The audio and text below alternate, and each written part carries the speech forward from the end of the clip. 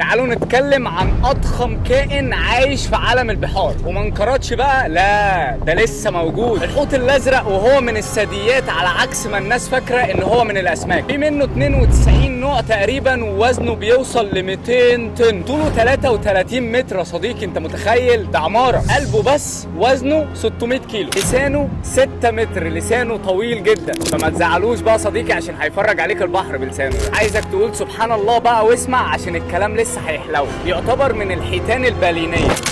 يعني ايه البالينيه دي يا كابتن؟ يعني ما عندهوش سنان، عنده امشاط كده في بقه زي المصفى، من 300 ل 400 تقريبا. يعني يشفط كده الميه بالطحالب بالقشريات والاكل اللي فيها، وينفخ تاني يطلع الميه، فلتره بالظبط. تخيل كده الطفل الرضيع لما بيتولد 2700 كيلو، 7 متر، يعني في حجم القروش، وبيعيش لسن من 80 ل 90 سنه تقريبا. اقدر اقول لك يا صديقي ان الحوت الازرق من عشاق السفر والمسافات زي